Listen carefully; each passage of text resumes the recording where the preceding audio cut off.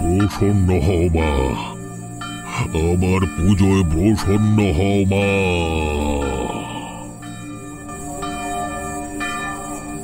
মারো শয়তানটাকে, মারো।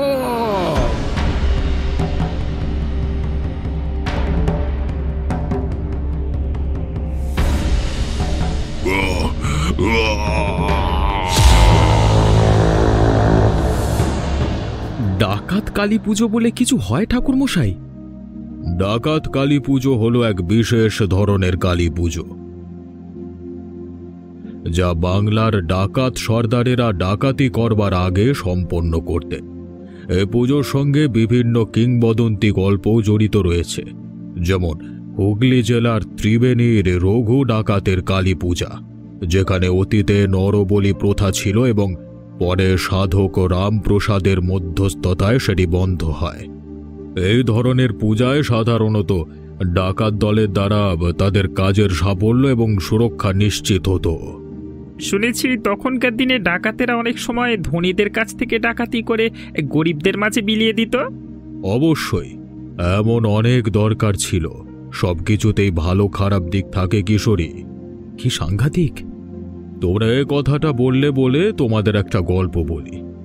এ ঘটনা আমার সাথে ঘটেছিল, ভীষণই সাংঘাতিক একটা ভয়ঙ্কর ঘটনা। তবে শোনো, তখন আমি সবে শ্মশানে ঘুরে, ধর্মীয় স্থানে ঘুরে ঘুরে তন্ত্র সাধনা করছি। ঘুরতে ঘুরতে হুগলি জেলার মধুপুর নামক গ্রামে পৌঁছাই। জায়গাটা আগে বন জঙ্গলে ঘেরা ছিল। শোনা যায় ওখানে নাকি ডাকাতও থাকতো। ধীরে ধীরে কালক্রমে ডাকাতি কমে যায় আর মানুষের বসতির পরিমাণ বাড়তে থাকে।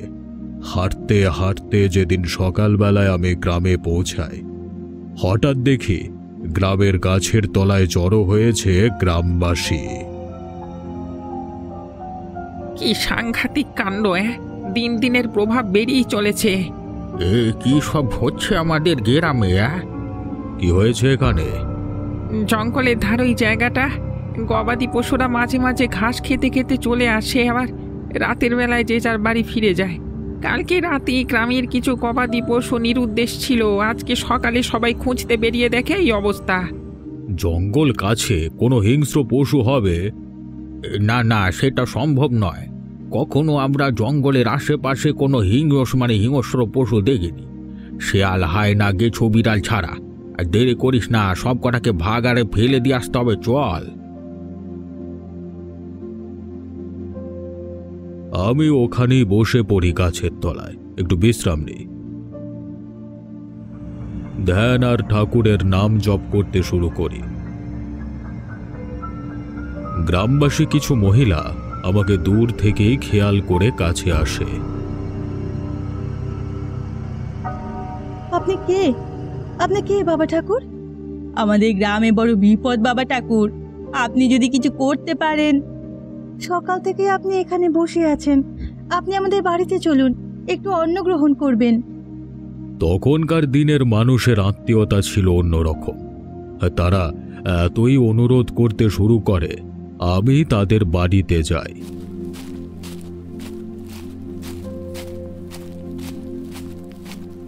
সত্যি, সাদা ধবধবে চালের গরম ভাত, ঘি, লেবু, মুগ ডাল, পাঁপড় ভাজা আর সবজি দিয়ে বেশ ভালোই ভোজন হয়। তারপরে গ্রামে কি ঘটছে এসব শুনতে শুনতে প্রায় সূর্যাস্ত হয়ে যায়। সূর্যাস্তের পর আমি খেয়াল করি গ্রামটা একটু অন্য রকম হয়ে গেছে। কি শান্ত পরিবেশ, বাতাস ভারী, যেন এক্ষুনি ঝড় উঠবে। আমাদের গ্রামে আজকের দিনটা থেকে যান না বাবা ঠাকুর, আমাদের এই বিপদ থেকে একটু উদ্ধার করুন বাবা ঠাকুর। গ্রামবাসীদের অনুরোধে আমি থেকে যাই সেই গ্রামে, আর সেদিন ঘটে এক ভয়ঙ্কর ঘটনা। বাবু, অনেক রাত হয়ে গেছে, এই জায়গাটা ভালো নয় বাবু। এই কদিন ধরে এখানে যা হচ্ছে বাবু। কিচ্ছু হবে না, তাড়াতাড়ি চলো। অনেকটা দেরি হয়ে গেল তাই। লোকে বলে এই শ্মশান ধারে বট গাছটা তলা অজস্র প্রেতাত্মা থাকে বাবু। আমার ভয় লাগছে বাবু, আমরা বরং রাত্রে এই গ্রামে কাটিয়ে দিই, কালকে সকালে রওনা হবো বাবু। বাবু তুমি বৃথায় ভয় পাচ্ছ। গবাদি পশুর ওপরে হামলা হচ্ছে, নিশ্চয়ই কোনো জঙ্গলে পশুর কাজ। চলো চলো, শুধু শুধু ভয় পাই, দুজন জোয়ান ঝেলে আছি তাও এত ভয়। তাতে চলো দেখি, দেরি হয়ে গেল। গাড়োয়ান রতনের কথায় গাড়ি ছুটিয়ে দেয়। গরুর গাড়ি শ্মশানের কাছে আসতেই থেমে যায়।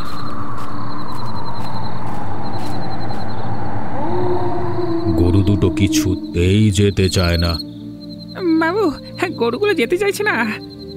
যত সব, এত ভয় পেলে হয় নাকি? আমি একাই চলে যাব, আমার দরকার আজকে এই গ্রামে পৌঁছানো। এই বলেই রতন নেমে আসে, হাঁটতে শুরু করে দেয়।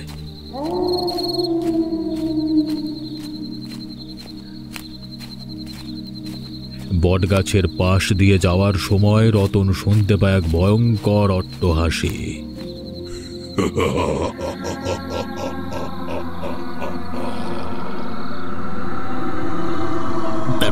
তার মানে যা বলা হয় সব সত্যি।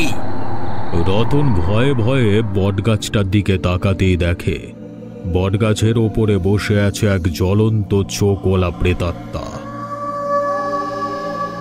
সঙ্গে সঙ্গে রতনের গায়ের উপর ঝাঁপিয়ে পড়ে সেই প্রেত।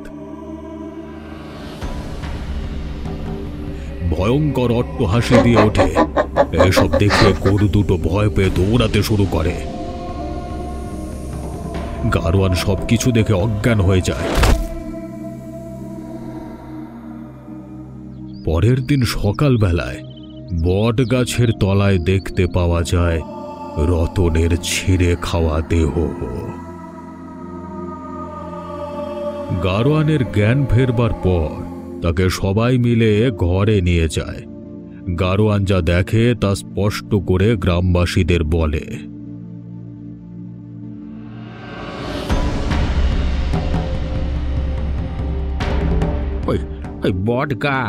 ওই বট গাছের তলায় ডাকাতকালী পুজো হতো। অনেক অনেক বছর আগে শুনেছি নরবলিও হতো। তাদের দেহগুলো ওই বট গাছের তলায় পোঁতা আছে। তাহলে কি এসব ওই প্রেতাত্মাদের কাজ? আমার কথায় গ্রামবাসীরা বিশ্বাস করল যে সেই দেহগুলি হয়তো প্রেতাত্মা। তাই তারা মাটি খুঁড়ে সেই কঙ্কাল বার করে সেটার শেষকৃত্য করবার জন্য উঠে পড়ে লাগলো।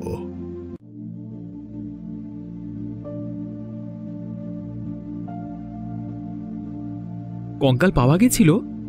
নরবলির কঙ্কাল, কি সাংঘাতিক! হ্যাঁ, পাওয়া গেছিল, কঙ্কাল পাওয়া গেছিল। তবে একটা কঙ্কাল পাওয়া গেছিল এমন যার মাথা ছিল না। তার মানে ততদিনে দেহের কঙ্কালের অনেক ক্ষয় হয়েছে, কিন্তু আমি এমন একটা দেহ পেয়েছিলাম যার খুলি পাওয়া যায়নি, অর্থাৎ মাথাটা উধাও হয়েছিল। আর সবথেকে আশ্চর্যের কথা, সেই কঙ্কালটার গায়ে হাত দিতে আমার একটা ঐশ্বরিক শক্তির অনুভব হয়। তাহলে রহস্যটা? তোমরা ঘটনাটা শোনো। এই ঘটনার পর ওই কঙ্কালগুলোকে সৎকারের ব্যবস্থা করে পুজো করবার দায়িত্ব করল আমার উপর।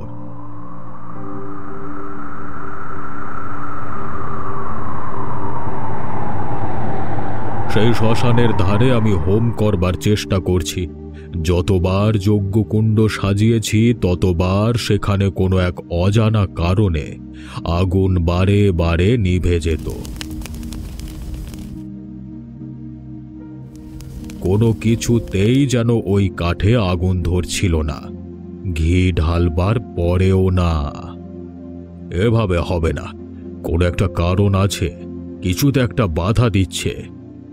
হঠাৎই আমি অনুভব করি আমার গায়ের ওপরে কিছু একটা পড়ছে। ভালো করে দেখে লক্ষ্য করি সেটা একটা তরল, লাল রক্ত। গাছের ওপরে তাকাতেই এক আশ্চর্য দৃশ্য দেখে আমি অবাক হয়ে যাই। গাছের ওপরে ঝুলছে দুটো মুরগি, আর তাকে ধরে আছে এক গলা কাটা দেহ। কি ভয়ঙ্কর সেই দৃশ্য! কিছুটা দূরে ভাসছে সেই মুন্ড। সেই মুন্ড হাওয়ায় ভাসতে ভাসতে মুরগিগুলো ছিঁড়ে ছিঁড়ে খাচ্ছে।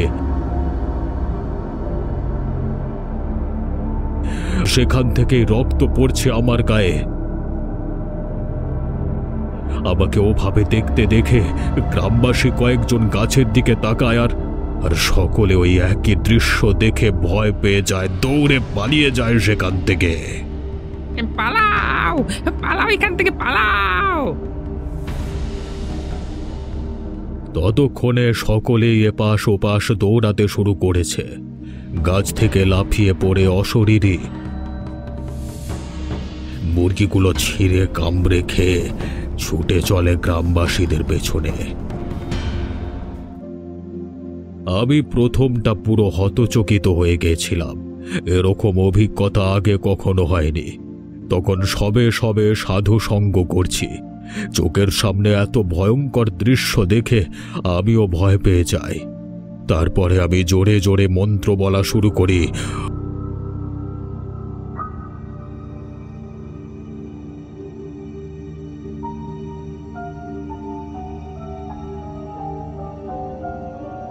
মন্ত্র বলবার সাথে সাথেই সেই প্রেত হঠাৎ করে মাথা নুয়ে প্রণাম করতে শুরু করলো। তারপর নিজেও বিড়বিড় করতে লাগলো। এই মন্ত্র হঠাৎ করে তার এক হাতে একটা খাড়া উপস্থিত হলো। সে খাড়া নিয়ে বলি দেওয়ার মতো ভঙ্গি করে তেড়ে যেতে লাগলো গ্রামবাসীদের একজনের দিকে।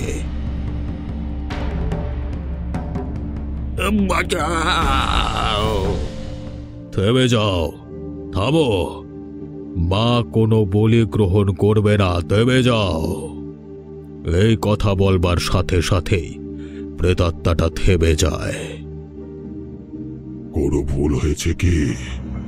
আমি কি তোর ঠিক মতো পুজো করতে পারছি না? আমাকে মাকে প্রসন্ন করতে হবে, নরবলিদের প্রসন্ন করতে হবে। সঙ্গে সঙ্গে আমি আবারও সেই মন্ত্র বলতে শুরু করি। ওম কালিকায় ওম ক্রিম কালিকায় নমঃ, ওম ক্রিম কালিকায় নমঃ, ওম ক্রিম কালিকায় নমঃ। আস্তে আস্তে সে মাথা নিয়ে বসে পড়ে আমার সামনে। ততক্ষণে ভোর হতে শুরু হয়েছে। পূব আকাশে হালকা গোলাপি আভা দেখা দিয়েছে। আমার একটা কাজ অর্ধেক রয়ে গেছে মা, আমি পূরণ করব। ওই কাজ আমি পূরণ করবই, আমি আবার ফিরে আসবো।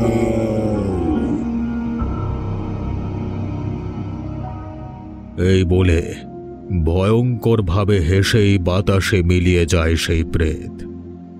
এক্ষেত্রে সর্বপ্রথম আমি এক ভয়ঙ্কর প্রেতের সম্মুখীন হয়েছিলাম। সারা রাত এত ধকল সহ্য করতে না পেরে আমি মাথা ঘুরে সেখানেই পড়ে যাই।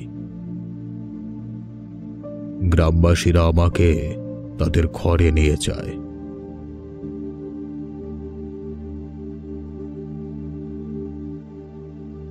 আমি অসুস্থ হয়ে পড়ি, ধুম জ্বর আসে। এবার কি হবে? কি হবে এবার? বাবা ঠাকুর যদি অসুস্থ হয়ে পড়েন তাহলে আমাদের বাঁচাবে কে? ওনার জ্বর আমাদের আগে কমাতে হবে, ওনাকে সুস্থ করতে হবে। তবে আজকে সবাই সাবধানে থেকো, ঘরের বাইরে কেউ বেরোবে না।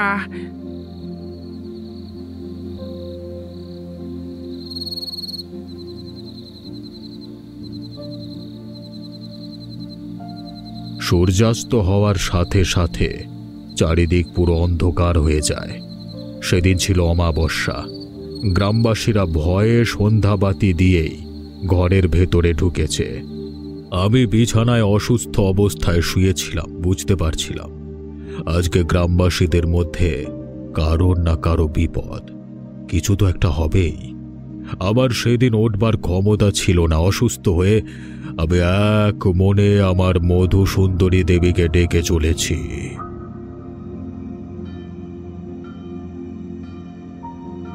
এর সাথে লড়াই করতে তুই পারবি না। তুই এখনো এতটাও শক্তিশালী হোসনি। তবে কালী মায়ের আরাধনা কর, পুজো কর।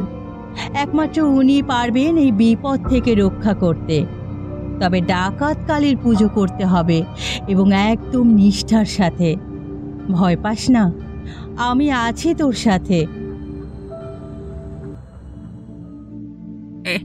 কাকা বেরিয়ে এসো, ঠাকুর মশাই শরীর খুব খারাপ, তাড়াতাড়ি বেরিয়ে এসো গো। কি বলছো? ঠাকুর মশাই শরীর খুব খারাপ? উনি তো একমাত্র ভরসা। চলো চলো, আমার সাথে চলো। চলো চলো। চলে যাবে, কিন্তু আজ রাতে ঘর থেকে না বেরোলেই নয়। বাবা ঠাকুরের শরীর খারাপ, না গেলে হবে না, তুমি চিন্তা করো না। এখানে এই বৃদ্ধ কাকা মস্ত বড় ভুল করে ফেলে। সকলের বারণ করবার পরও সে বেরিয়ে পড়ে ঘর থেকে। প্রতিবেশী ছদ্মবেশে সেদিন রাতে উপস্থিত হয়েছিল সেই প্রেতাত্মা। বৃদ্ধ কাকার ছিন্ন ভিন্ন দেহটা সেই বটগাছের তলায় পাওয়া গেছিল। নিশ্চয়ই তার দেহটা বলি দিয়েছিল। সেদিন আমি একটু সুস্থ বোধ করি। এদিকে গ্রামে বিপদ শোনা মাত্রই আমি বিচলিত হয়ে পড়ি। অমাবস্যার জন্য চেষ্টা করি কালী মায়ের আরাধনা করবার। কথা মতো সেই বটগাছের তলায় ছোট্ট কালী মূর্তি নিয়ে রাত্রিবেলায় পুজোয় বসি।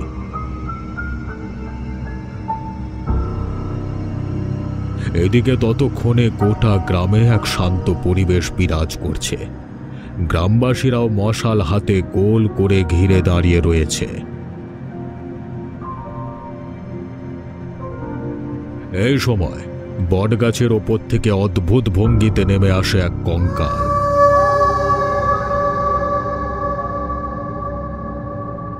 মস্তকবিহীন কঙ্কাল।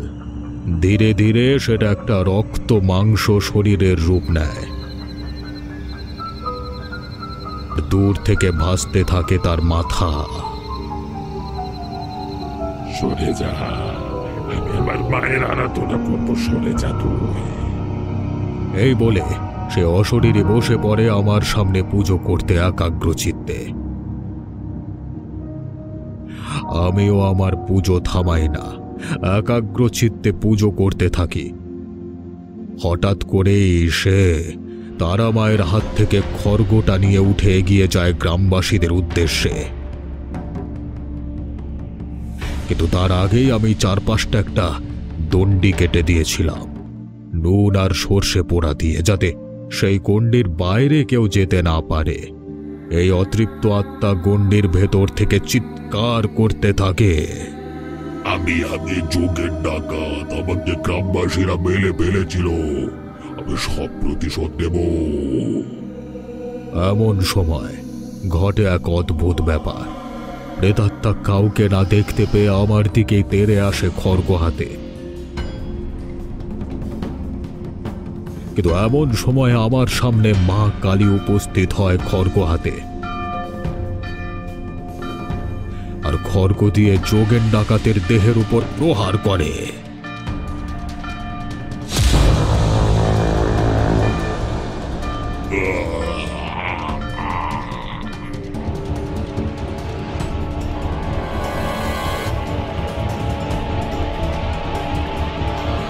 চিৎকার করে বাতাসে মিলিয়ে যায় সেই প্রেতাত্মা, আর আমরা সকলে তখন লক্ষ্য করি বটগাছের তলা থেকে অসংখ্য আত্মা বেরিয়ে বাতাসে মিলিয়ে যায়।